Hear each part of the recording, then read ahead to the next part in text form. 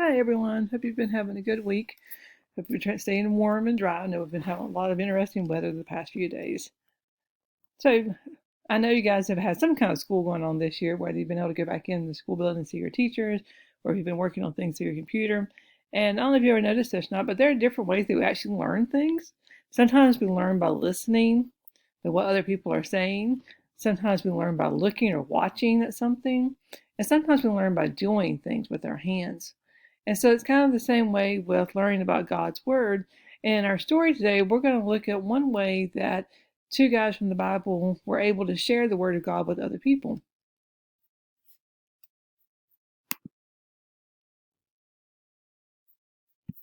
God's story, Paul and Silas. So part of God's story is about two men named Paul and Silas, and it begins like this. Paul and Silas were friends who decided they wanted to serve God. Serving somebody means you try to help them. It can be as easy as holding open a door or setting the table, or as difficult as scraping chewed gum off the bottom of their shoes, or worse, picking out the lint from their belly button. Thankfully, God doesn't need help like that. God wanted Paul and Silas to help him by telling his story to others. God's story is all about his love. God is the main character, and he loves everyone and wants everyone in the whole world to know him. Do you think you can tell people God's story? One day, Paul and Silas were in a city called Philippi. Some of the people there didn't want to hear about God's story, and they got really mad at Paul and Silas for telling the story every single day. In fact, they got so mad they beat up Paul and Silas right in the middle of the street. Then they threw Paul and Silas in jail. Now remember, Paul and Silas were just trying to tell them about God, and now they found themselves behind bars in prison. Once they were in jail, you might think Paul and Silas got scared to keep serving God, but they didn't. In fact, they wanted to worship God. Worshiping can be playing an instrument, singing, praying, listening, sharing your things with people who need them, and other stuff too. But all those things are a way to show you really love God. Anyway, Paul and Silas decided to worship by singing songs to God. They sang so loud the whole jail could hear. It was like having a dance party right there in prison. Kind of weird, huh? But that's what Paul and Silas were doing. Sometimes you can look a little weird when you're serving others or worshiping God, but that's okay. Well, God was with Paul and Silas. Right in the middle of their dance party, a huge earthquake began to shake the whole jail. All the doors swung open, and Paul and Silas' handcuffs fell right off their hands. They were free. So, what do you think Paul and Silas did? Well, they knew that if they ran away, the jail guard would be punished for losing his prisoners. Paul and Silas didn't want that to happen, so they decided to stay in jail, even though the doors were open. When the earthquake was over, the guard thought he was in big trouble. He felt more sad than he had ever felt in his whole life. But suddenly Paul yelled out, "We're all still here. Nobody's run away." The guard was so surprised and happy that he invited Paul and Silas over for dinner and to spend the night. It might seem strange that the guard was going to get in big trouble if the prisoners were gone, and then he took two of them home with him. But that's what he did. Well, the guard's family was so happy he didn't get into trouble that they listened to Paul and Silas tell God's story. Because the story is such good news, the family realized God loves them. They decided they wanted to be a part of God's story too. Paul and Silas were allowed to go home the next morning. They knew now that serving God would be hard sometimes.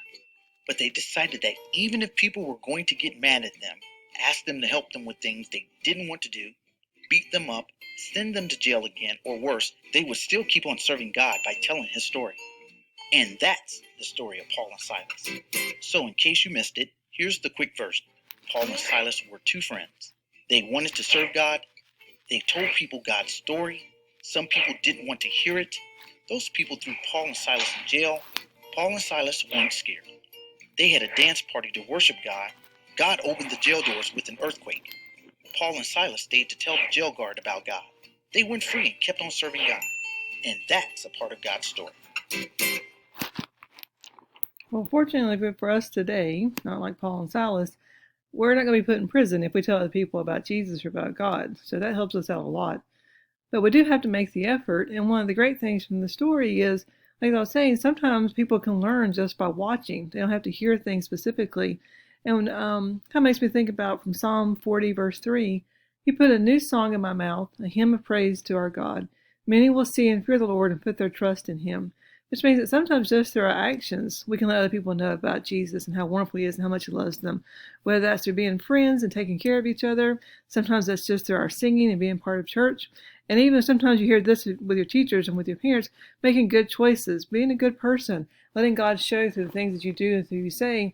Because I can remember when I was your age, and sometimes my parents would tell me that I was the only Bible that some people would ever get a chance to read, which is just a way of reminding me that I needed to show my Christian faith for other people so that they could see in action how good God is for us.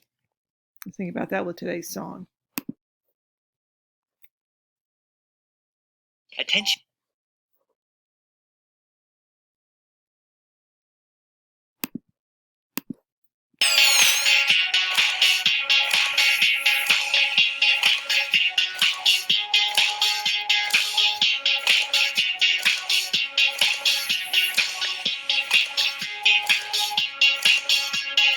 What a mighty God we serve. What a mighty God we serve. Angels bow before him. Heaven and earth adore him. What a mighty God we serve. Mighty God. What a mighty God. What a mighty God. What a mighty God we serve. What a mighty God we serve. What a mighty God we serve. Angels bow before him. Heaven and earth adore him. What a mighty God we serve. Mighty God. What a mighty God. What a mighty God.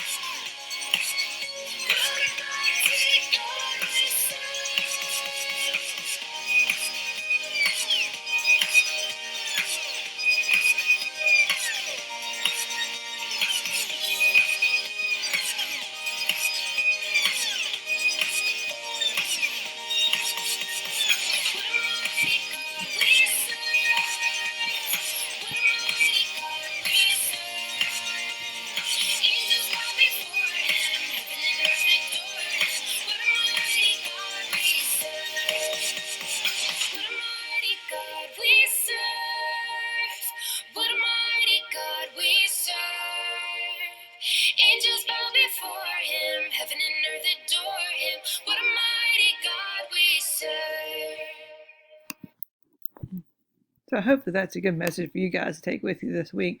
Just like with Paul and Silas, no matter what, as long as we're faithful to God and we share his word, he's always going to be there to look out for us. This kind of helps us go with our conclusion from Matthew 28:16 through 20.